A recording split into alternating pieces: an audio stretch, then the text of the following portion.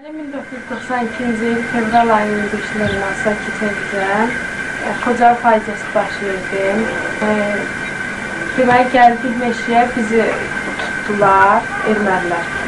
Ondan sonra mənlə kiçik bacım, onu vurdular. Sonra anamı vurdular. Anamın başından vurdular. Anamın adı neydi? Raya. Bacının adı? Yeganə.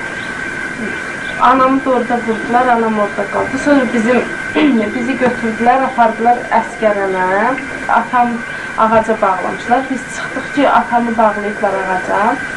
Sonra başladı ki, bizim də gözümüzün qabağında bizi yığılmışdı. Atama dedilər ki, sən bir kəlmə deyərsən ki, bütün Azərbaycan torpaqları ermənilərindir. Atam dedi ki, mən bir dənə ölümdən ötər heç vaxt yerimi satmayacağam.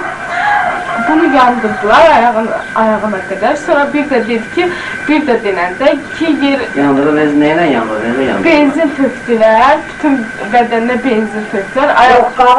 Əvvəlcə ayaqlarını yandırdılar, dizə qədər ayaqlarını yandırdılar. Sonra bir də dedi ki, bir də denən ki də, bütün Azərbaycan torpaqları ermənilərindir.